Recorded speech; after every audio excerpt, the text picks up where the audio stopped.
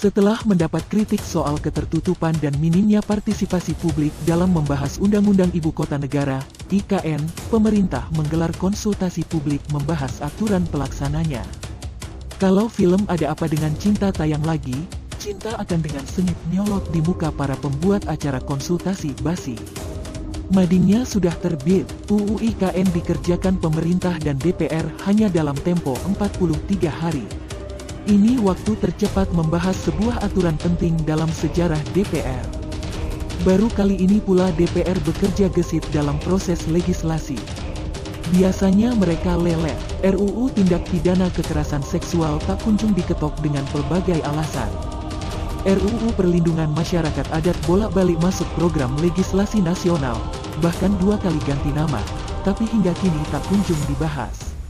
Maka, jika aturan induk tentang IKN dibahas cepat tanpa partisipasi publik lalu aturan turunannya dibuka kepada masyarakat, kita tahu ini basa-basi saja.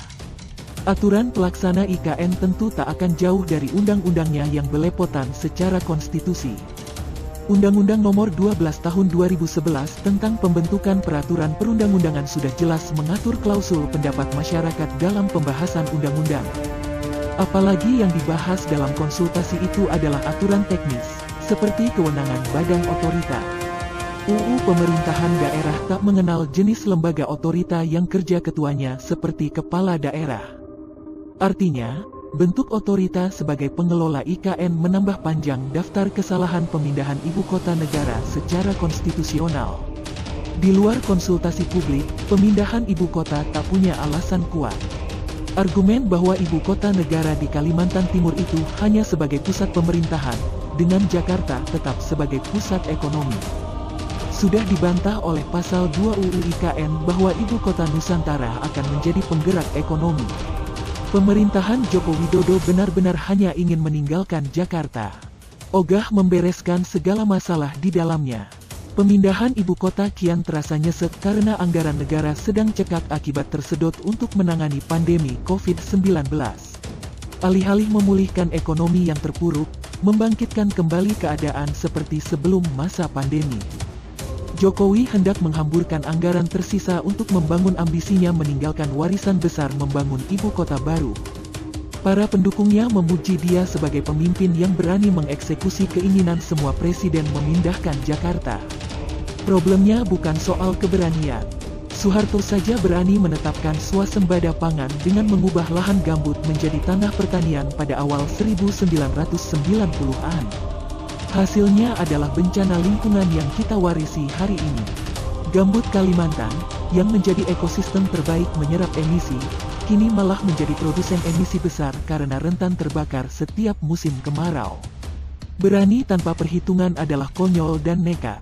Ketimbang pura-pura membuka diri untuk aturan minor, pemerintah mesti insaf bahwa memindahkan ibu kota sekarang bukan waktu yang tepat.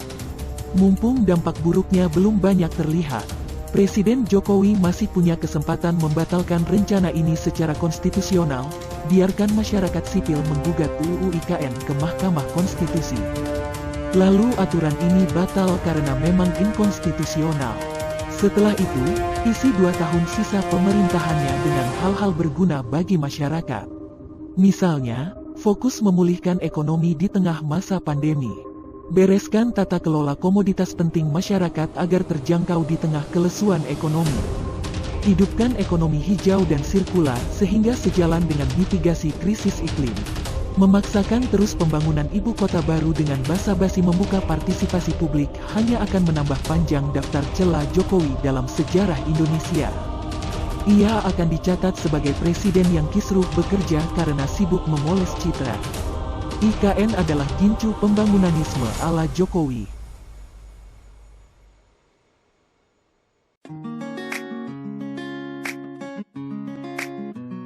Demikianlah berita yang kami sampaikan. Jika Anda ingin update berita terbaru dari kami, silakan klik tombol subscribe atau langganan. Dan Anda boleh juga untuk men-share atau membagikan berita ini kepada teman-teman Anda yang lain. Terima kasih, sampai jumpa.